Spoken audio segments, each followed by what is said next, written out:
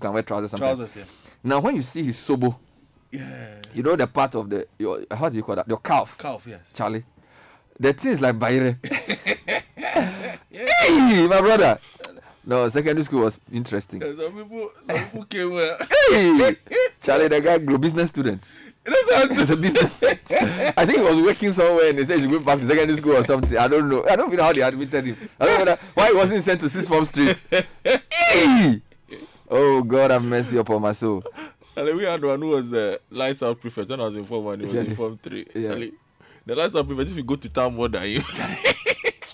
And Charlie, they say when you meet him in Secondary town, if you could go back to SSS, some people have to be lashed. Yes. Eh? Anyway, good morning.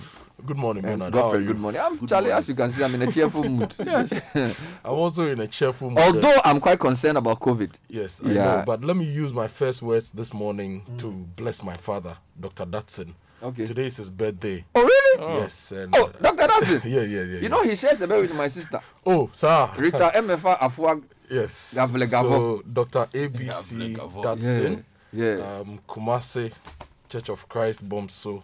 Father of fathers. Talk about his science. He's not a retired physicist. Charlie, the guy be astro. Oh, Jai. He's just a physicist. No, he's a physicist. Astro something. Trained in Japan and in Tinso. So he's an astrophysicist. Brutally. Astrophysicist. I'm not astrophysicist. What is it? He's a physicist. He did a bit of atomic and nuclear, some atomic physics, science, and so you're saying it casually. Some atomic. He did atomic. He did a combination of a lot of things. Schooled in different places and trained a lot of people. Wow. Both in the society, in school, Dr. Datsun, and in the kingdom. No, he's a big man. Yeah.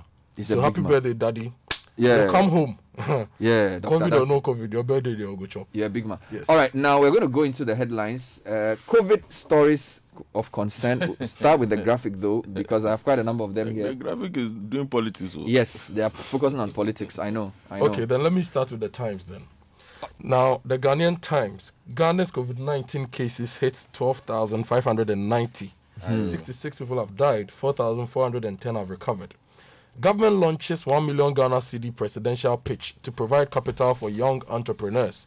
President Akufo-Addo to launch collaborative education projects. COVID-19, government supplies senior high schools with special cellular phones. And NIA detects 32,752 double registrations in ongoing Ghana card registration. Well, since Bernard wants COVID-related headlines, I'll take you to page 24 of the graphic and give you a headline from there. COVID-19 treatment centers in Ashanti ran out of beds. That's very serious. Then I'll bring you to the front page that says MPP parliamentary primaries, 26 hotspots identified. Legal Council cracks the whip on 10 law faculties. Now, yesterday, Godfrey said we should really look at what is happening at the ports, because the Chronicle has a big story on the port again this morning. State losing billions at Tema Port as strike intensifies. 97 health personnel contract COVID-19 in the Ashanti region. Investigate missing cocaine saga. This is the minority. And man the silt gutter for failing to wear face mask. Well, I'll take you to the front page of the Daily Statesman. Keta Port project on course. As Ghana Ports and Harbours Authority seals contract for feasibility studies to begin. 3 babies test positive for COVID-19, but mothers test negative. Now, the new crusading guide, Court Stops NDC from Celebrating Revolution under state sponsorship, gives AG 10 days to file statement of case. Gomoa Fete chief threatened demo against police chief. COVID-19 fight. Zoom Lion assures Ministry of Education students of completing disinfection of senior high schools. Breaking MTN's monopoly will promote healthy competition among telcos. That's an article. And Republic Bank board chair refutes allegations over CID investigations. Front page of the Daily Guide newspaper. Change Mahama, Seku writes of NDC. Majority berates minority over EC lies. Now, the business finder 10 startups to share 1 million Ghana cedis in Presidential Business Pitch Season 3. This is according to Dr. Awao. GPHA secures consultants for Port of Keta feasibility study. And Ecobank Ghana receives Green Climate Fund accreditation. Front page of the BNFT, Finance Ministry GRA to crack down on corrupt officers. don't know why that is news. It should be normal. Economy escapes contraction in Q1 despite COVID-19 scare. Analysts say it's too early to rejoice. Bernardo, what to you? Moving online, CitiNewsroom.com, 224 stranded Ghanaians arrived from the UK. Also, claims we are massaging COVID-19 death figures unfair. Ghana Health Service. Other stories, EC at liberty to use NIA data or not. This is NIA boss. And then we're still moving on that website. Kumasi Central Prisons inmates test positive for COVID-19. And pay arrears owed pharmaceutical firms, NHIA to health facilities. Meanwhile, deaths rise to 66 as case count hits 12,590. Now, the other story here that's concerning me, 3-month-old baby among COVID-19 deaths in the northern region. 3-month-old baby. This is getting crazy. Now, citybusinessnews.com, intensify efforts to reduce food imports post-COVID. RMG urges government.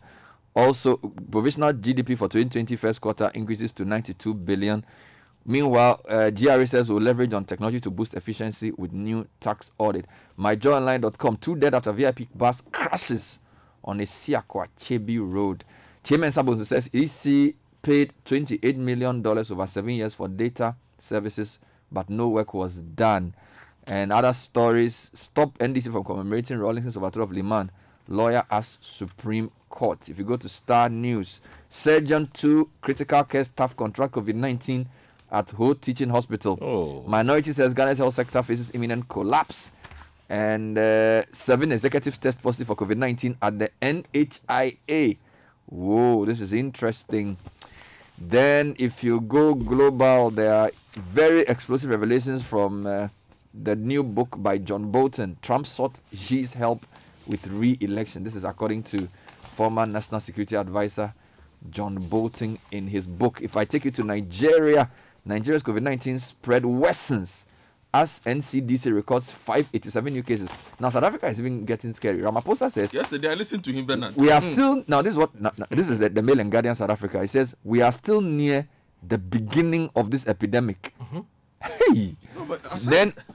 yeah, what else did he say? No, he said in the past 2 weeks, infections have doubled, but he has no option than to open up the economy. Then there's another one from China. The story says there may be no immunity against COVID-19. New Wuhan study suggests. So we are not trying to scare you this morning, but it looks very serious. So what I wanted to do was to just give you the latest on COVID numbers before you get into the political stories. Yes. Now, the first story here is that COVID deaths rise to 66 as case count hits 12,590. And that story is written by Delali Adogla Besa. He says, the novel coronavirus death count continues to rise with 8 more deaths recorded. There are now 66 deaths from the virus, with the total case count rising to 12,590 after 397 new cases. 3 of the latest deaths had no underlying conditions. These 3 persons were all aged under 40. The other deceased person had diabetes, hypertension, and sickle cell as underlying conditions. The other 3. 6 of the new deaths were recorded in the Ashanti region. It's unclear the period in which these deaths occurred, given the health service has explained that they have to audit and validate before deaths are given. But the new deaths, 3 of them had underlined, 3 did not.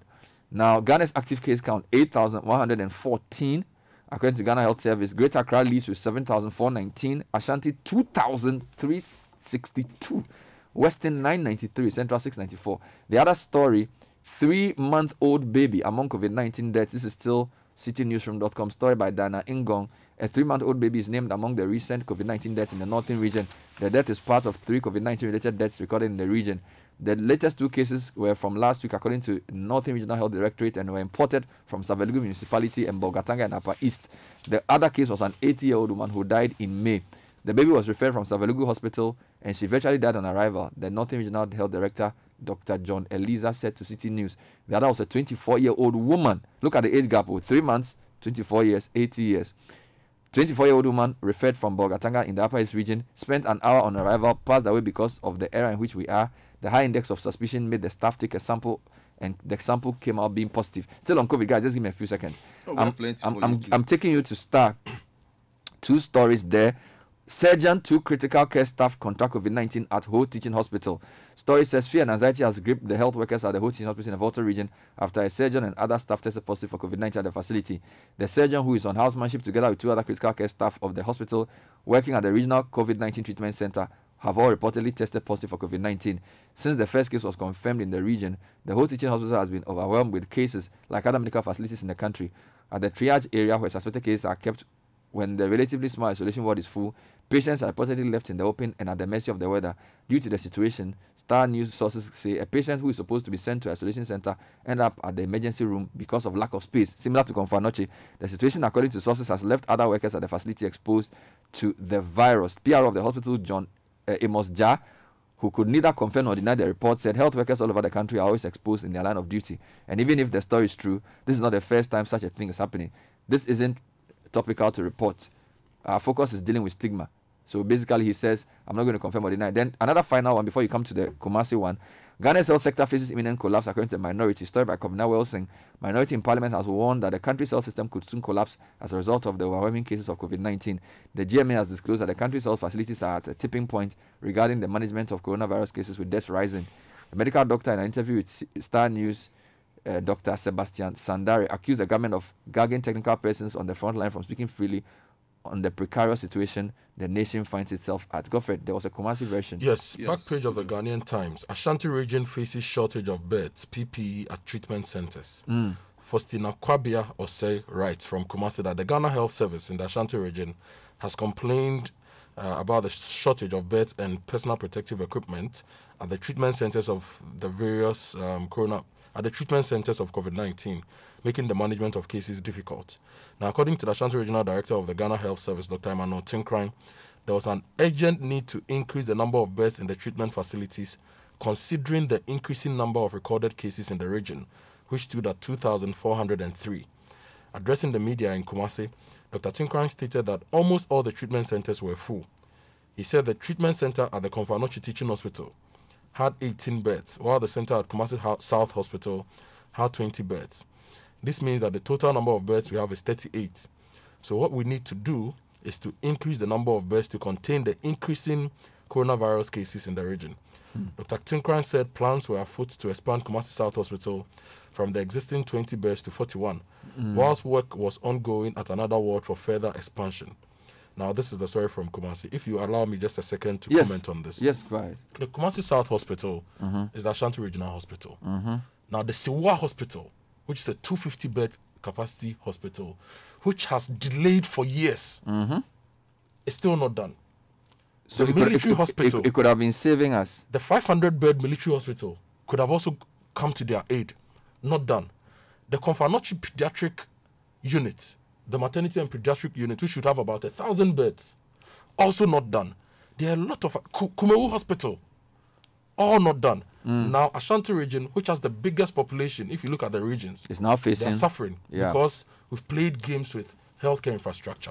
Let me add him. That's what he wants to say. Let's get into... Well, in good news in Greater Accra, we have received 15 ventilators and medical supplies from our good friends in China.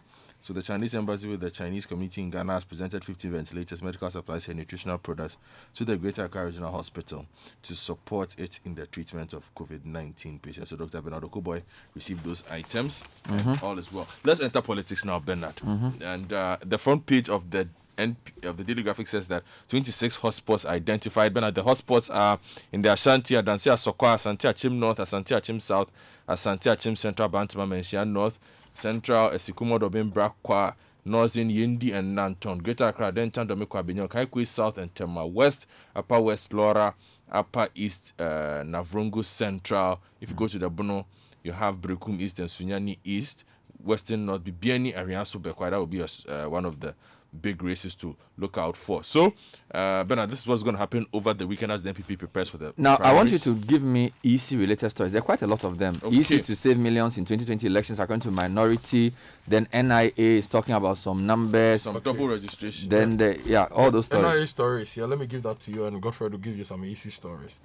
The center spread of the Ghanaian Times, at least 32,752 double registrations have been detected by the National Identification Authority in the ongoing nationwide Ghana card registration exercise. Professor Ken Atifa, Executive Secretary of NIA, who disclosed this at a press briefing in Accra, said the authority was currently investigating the intent for which the applicants re-registered, after which a decision on whether or not to prosecute them would be taken. Explaining further, he said that most of the applicants involved in the illegal act had earlier registered and received their Ghana cards at different centers and were red flagged in their attempt to get a second card by the system. EC at liberty to use NIA data or not, according to the NIA boss. This is from yesterday's press conference. The National Education Authority says the decision to use this data for voter registration is for the EC to make as an independent body. Minority on Parliament Tuesday raised concerns about the EC's neglect of the data of the NIA for its exercise, stating that the EC does not know the importance of data synchronization. Addressing the media, Executive Secretary Professor Atefa said EC's decision is not wrong and that the Commission is at liberty to use or not to use. Now, if you go to GNA, the lead story there, Majority Leader says easy to save millions of cedis for Ghana for 2020. From the building of a new data center to the acquisition of enhanced voting equipment and materials to conduct the election, Ghana's Electoral Commission would save the nation millions of cash in its activities.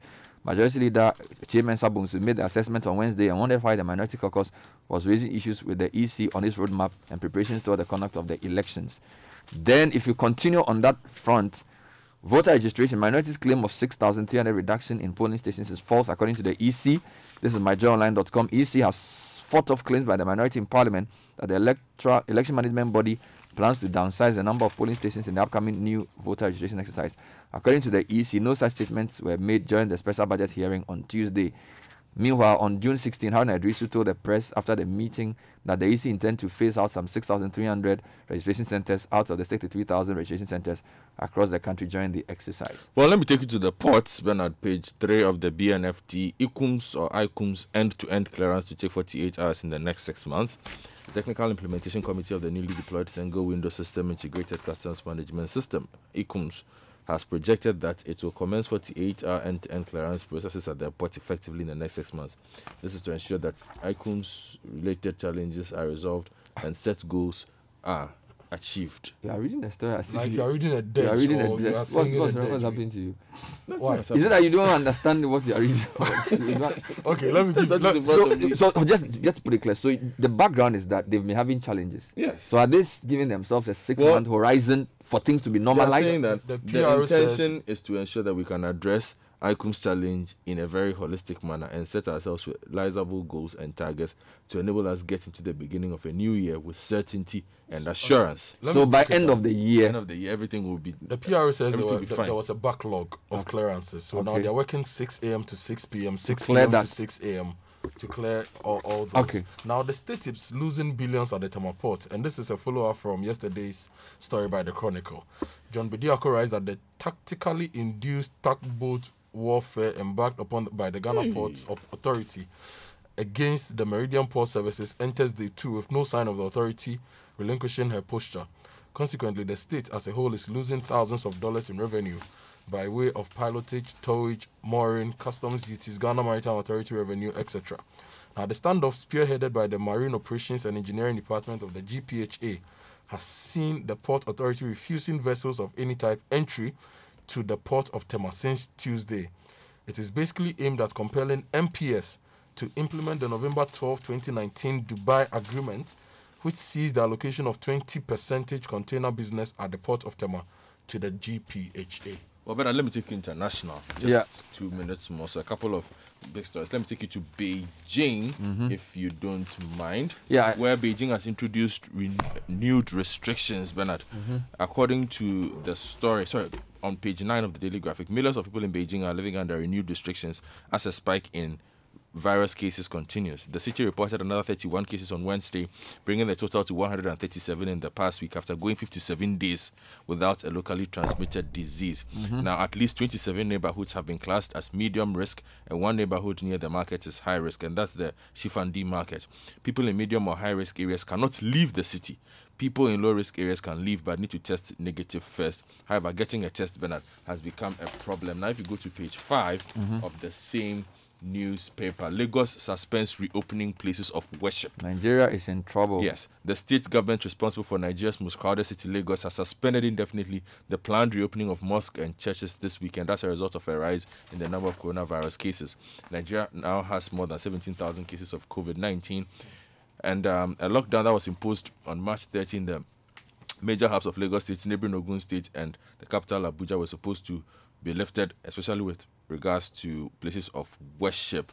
But it looks like that It's has been been shifted reversed for now. There may be no immunity against COVID-19, new Wuhan study suggests. The researchers behind the non-peer-reviewed paper ran antibody tests on samples from hospital workers who were exposed to infected patients at an early stage of the outbreak. Only 4% of the 23,000 had antibodies, but they estimate that at least 25% could have contracted the disease. So this is interesting. So there's a story on the South China Morning Post says humans may never develop immunity against COVID-19.